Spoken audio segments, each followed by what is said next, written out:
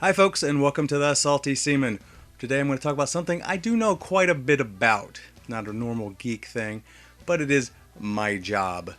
And I thought I'd share with some of you people out there that may be thinking about joining the Navy. Maybe you're already signed up to go, and you want some advice from maybe someone who's been around who's not going to bullshit you. So here I am, the Salty Seaman's Guide to Surviving Boot Camp, Surviving the Navy.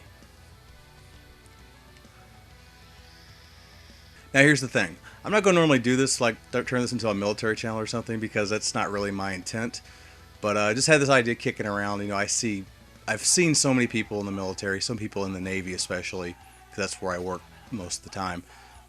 Just complain about they hate it, and not even hate it. They don't feel like they did the right thing joining their job, what they thought they were going to do, whatever it may be. So here's some things I've seen in my 19 years that might help you if you're thinking of joining, or if you already are signed up in DEP, Delayed Entry Program. Things to do, things to keep in mind. So here's my top tips. Tip number 1, don't oversweat boot camp. All right, I'm not saying don't be unprepared. I'll talk about that in a second. But don't focus all your attention on that you're going to boot camp in however many months. I mean, that's, it is an aspect, and it's the next thing you got to look forward to. I understand why people do it, because it's your first thing doing in the Navy. You want to be ready for it. You're thinking like, what should I do? What should I bring? Should I research this? Should I be, what's it going to be like? And yada, yada, yada. And that's great. Definitely understand what you're in for that. But that shouldn't be the only thing you're thinking of before you sign your papers, before you put your hand up and you swear yourself in. Because that's 2 months of 4 to 6 years of your life, at least. Don't let that control everything you're doing, because maybe you go through boot camp great because you focus so much on it, but now you got the rest of your service to go through. What are you going to do? Did you pick the right job? Did you know you're going to get stationed there? Did you think about anything else that was going to go on with what was going to happen to your life? A lot of people don't. If you're a little surprised by that, these are stories I hear all the time. And, when I've talked to people in depth, that's all they want to talk to me about. And, I'm a little older, like boot camp's changed a lot, but I know a lot of it's still the same. I went online, watched some of the more recent videos for it. It hasn't changed that much, really. But I think a lot of the same thing apply. And on the other hand of that, don't go completely unprepared for boot camp either. Don't do what I did, which is just keep it out of your mind and just think like, I'm joining the Navy in, X number of months. And then to really do nothing about it and just wait for the day to show up and then see what happens, because that's not a good way to do it either, because now you're starting from an absolute zero deficit and you don't know anything, and you've got to cram a lot of things physically and mentally onto you that you weren't ready for. And it sucks, and it just adds more stress to what is already a stressful situation. Now that said, I will offer a few tips here before I get on to the rest of my tips. Just to show I'm not, underselling boot camp. So here's a few tips for boot camp. Number 1, show up in shape. This should go without saying, but I didn't. I know a lot of people don't. I think there's a mentality of, well, I'm going to boot camp, they're going to get me in shape. And you passed your weigh-in physical, so you're like not completely obese or anything.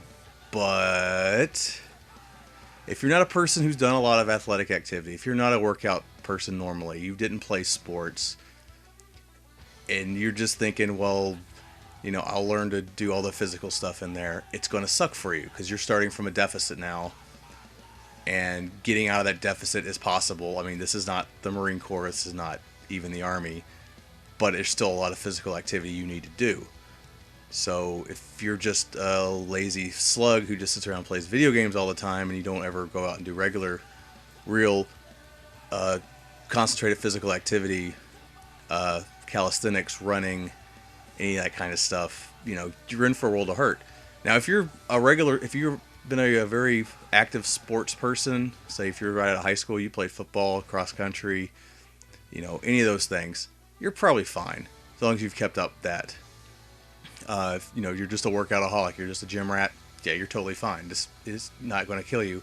Again, not Marines, not Army. But if you're not, you better start, a few months out, maybe more than that, 4 or 5. I mean, if you've got time, just start now, whatever time you have. Start running a couple times a week, 2 to 3 times at least. If you're brand new at it, try to hit 20 minutes. Even 20 minutes is hard. Walk when you have to, then start running again. Just keep at it till you get up to about 30, and try to run 30 minutes, like 2, 3 times a week. I'd say definitely at least 3. Do calisthenics. Get an aerobic system. There are billion DVD sets. There's a billion things on the internet you can look up. Any of them will be fine. Just get you in the habit of doing that stuff. Just body weight resistance, push-ups, jumping jacks, sit-ups, all that good stuff. You want to go TX90, P350, T1000, whatever those things are. Lighten up, Francis. That was great. You want to do Taibo? You want to do DDP yoga? Do them. Any of those are fine. Just pick one and start working out, or get a workout buddy, someone knows what they're doing, anything like that. Just start doing regular calisthenics. Start running regularly, because you will run. That's the beginning and short of it. You will have to run a boot camp, and you will have to pass a bunch of run tests. So start running. Advice 2: get sleep before you go. It's that last week before you go. You shouldn't be doing anything anyway. Just relax a lot, meditate, think about everything that's going to happen. Don't overthink it. Don't get stressed, but try to get your mind focused, get your mind straight, and sleep. You will not know how much you're going to miss sleep, because you're not going to get as much as you think you are. Even if you're a person who doesn't sleep a lot, if you're like one of those 4 hours a night people, it's still going to suck. So get a lot of sleep.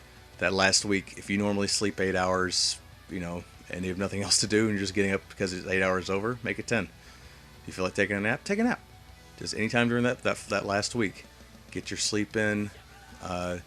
If you have childcare issues, or you're just one of those people that have to work up till the day you go to boot camp, I wouldn't recommend it, but if you have to do what you have to do, but try to work around that. Night before, definitely, you go to MEPS, you get in that MEPS hotel the night before, just go straight to sleep. You're getting up at 4:30, and then you're not sleeping again for God knows how long. So go to sleep. Bring some melatonin with you. Don't bring any prescription stuff, they'll pop you on a piss test. But if you need something to help you get to sleep at night, take it.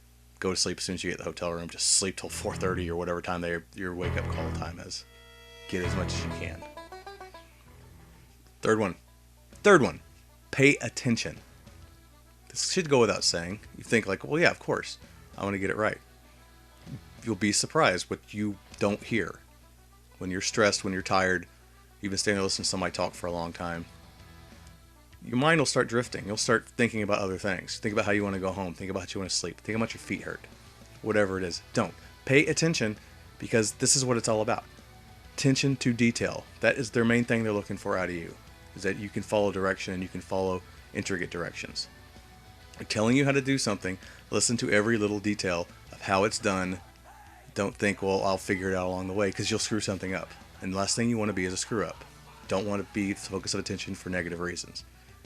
Listen every time. If you didn't hear it right, ask a fellow recruit, ask your RDCs. If I can't speak for every RDC, everyone's different.